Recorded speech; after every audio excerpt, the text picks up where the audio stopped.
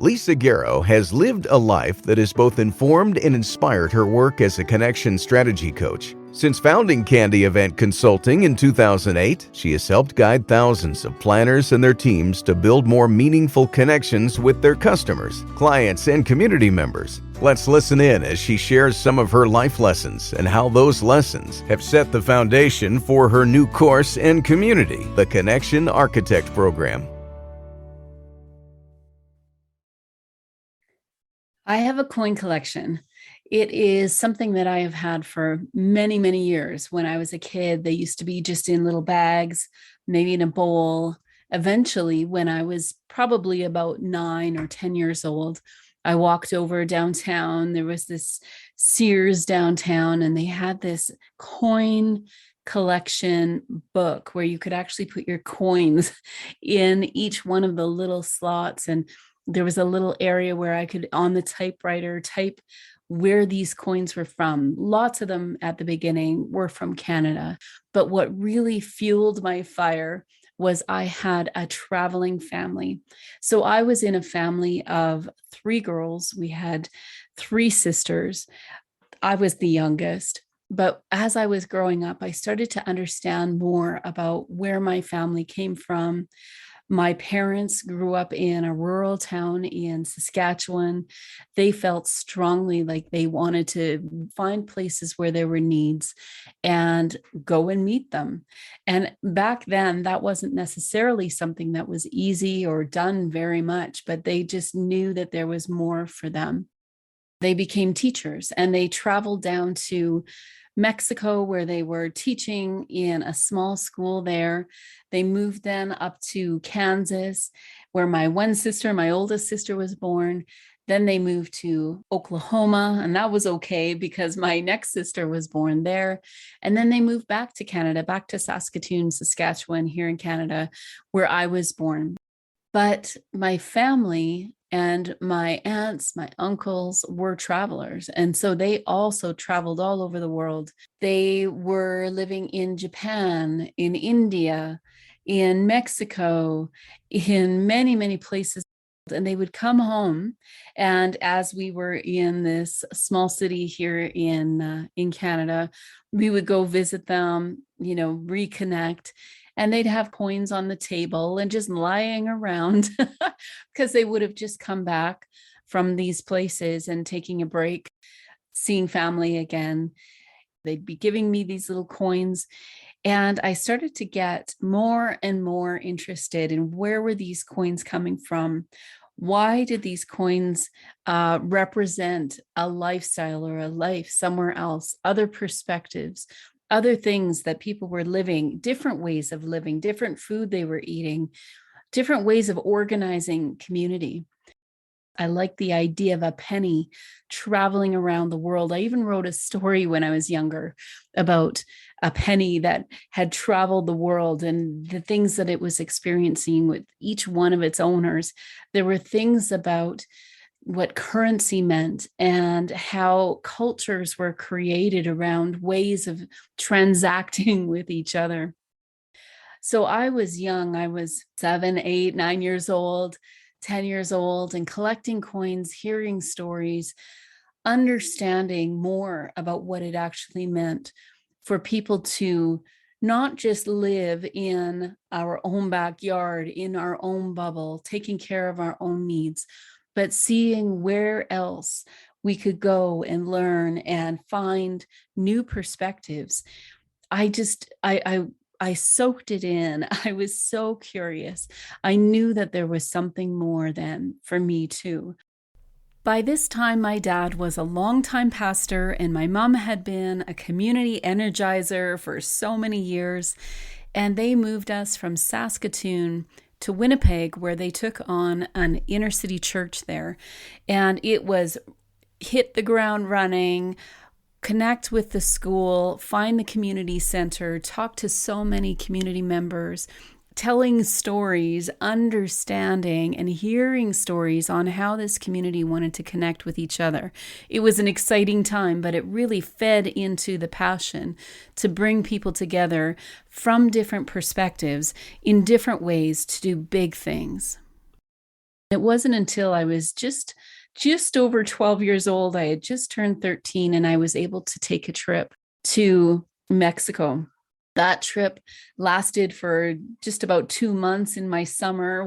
Then I decided to take another trip. That was when I was 16, and I went to Costa Rica and Nicaragua.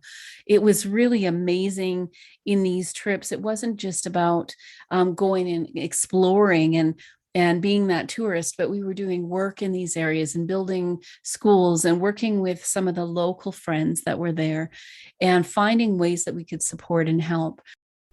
When I was 21, my mom challenged me to look at some new places that I hadn't been before, and I decided to become a leader to take a team to Papua New Guinea. We took a Cessna plane to where we loaded a boat, to where we went for hours and hours on this river, to where we were going to complete what was going to be a hospital in this area.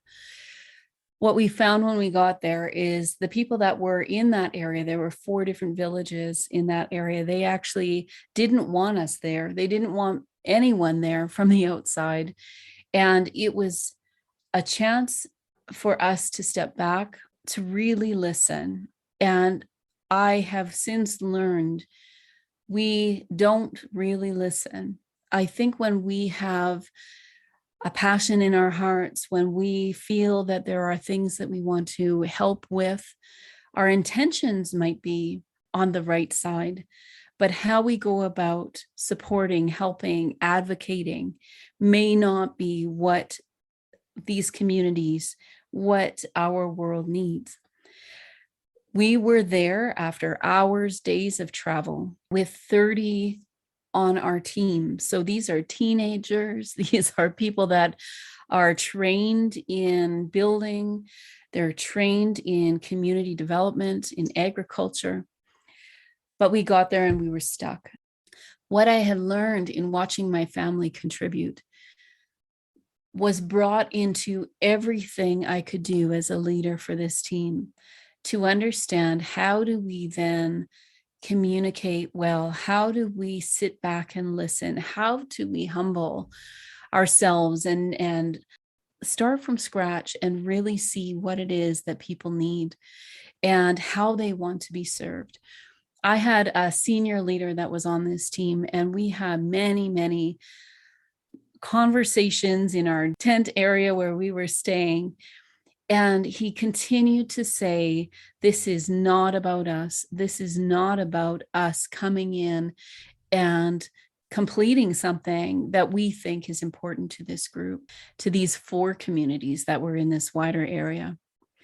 It was so important to him to take the time, have the conversations, sit back and listen for days and days, and take that time to ask the questions, what was important for them. The incredible space that we entered with this community of leaders, with these community members, with these beautiful people willing to tell us their stories, with these people that had the chance to say, this is what we've been missing, to have that chance to say, this is where we feel that you could help us in ways that will not just make sense to us, but feed our hearts, feed our lives.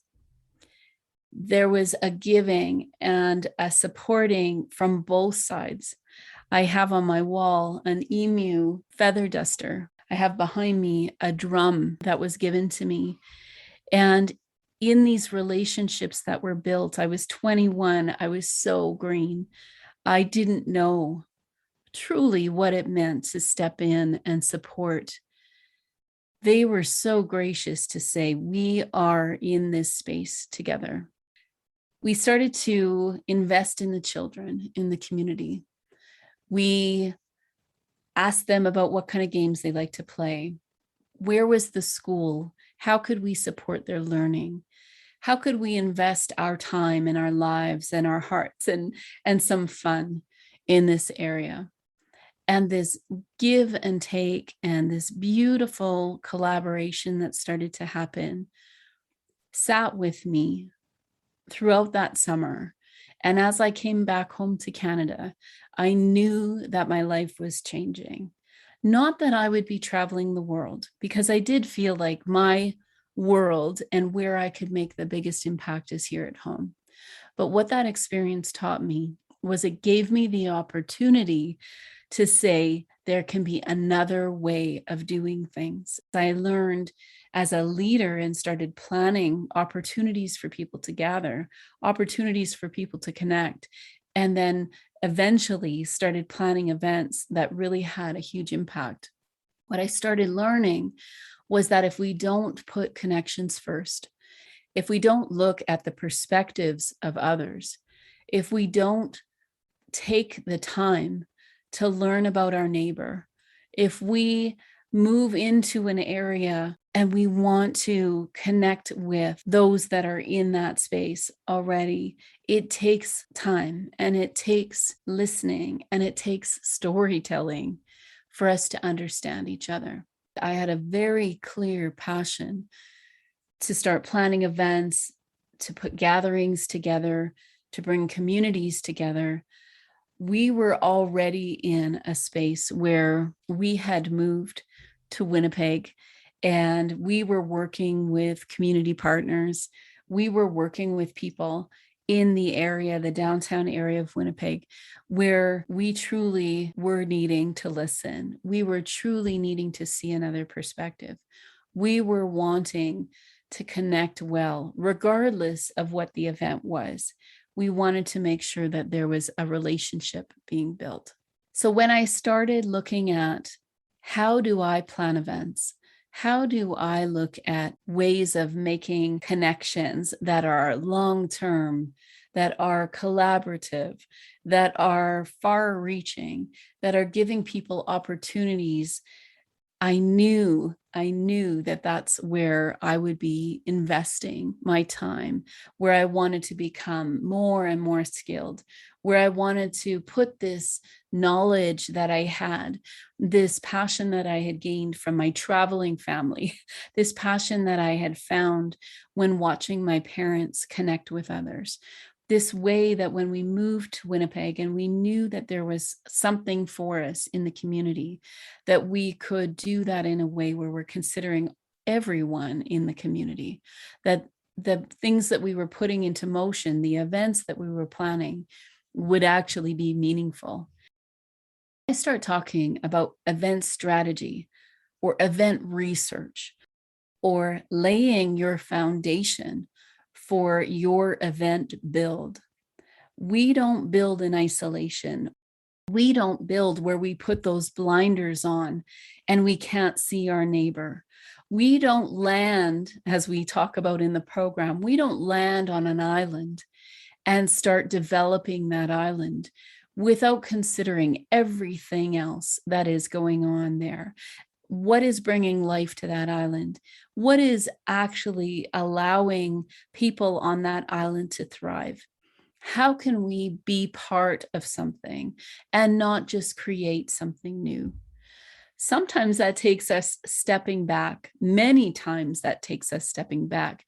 And if we are already in community with people, it's about us then leaning in and listening and telling our stories, telling the stories of those that we've known that have come before us, and then starting to build something that will be meaningful over time and can grow and scale in a community. Events are so much more than a one-time thing, so much more than just that date with that theme, with those people that are in the room. I always say events are connecting points that are happening over and over and over in the life of your business, in the life of your nonprofit, in the life of your community group. Maybe you are just 5 people in a room.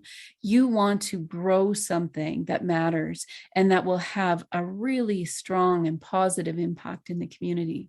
When we start looking at our events in a different way, when we start planning in a way where it is connection first and not our plans first, things start to change. People start asking what this is about. Your team starts becoming more engaged. You start to find new ways, innovative ways to really find new connections, new donors, new partners, people that are excited about what you're working on, but they can find synergies with what they are working on as well. There is no other way to really make your event shine in a way that it becomes that energized connecting point. In the Connection Architect community, we talk a lot about what does it mean to set your mind on connecting well, to gain mastery in building your event with connection first, to bring mentors along the way, people that have other perspectives. When we talk mentors here, it doesn't mean someone that has 30 years of experience in planning events like maybe I do. These mentors are people that will challenge you. They're going to challenge your thinking. They're going to look at ways differently, and they are going to be new perspective pushers. They're going to push you to see life work in a different way. And the last one we talk about in setting this foundation is about momentum. When we are now aligned with our communities, when we are now aligned with our wider contribution, when we are collaborating with others, all of a sudden those connections change. Those connections become meaningful. And just as I was when I was 6, 7, 8 years old, collecting these coins from my aunts, my uncles, as they traveled the world, we can collect the coins of people around us. We can have them tell us their stories. Where are there like-minded businesses, other organizations where we can shed a bit of that competition and we can step into collaboration? It starts with research. It starts with intentionality. It starts with listening. And when we talk about event strategy, we will be talking about setting the stage for better connections. I am so passionate to see event planners embrace their brilliance, activate their experience, and really, truly create connections that matter. Meaningful connections matter now more than ever. Your community, clients, or customers are ready to connect. Are you ready to be their connector? Events can grow your business, create an impact in your community, or motivate a group around your ideas. The Connection Architect course and community is for the everyday event planner that is ready to create connections that matter. Sound like you? Start building at theconnectionarchitect.ca.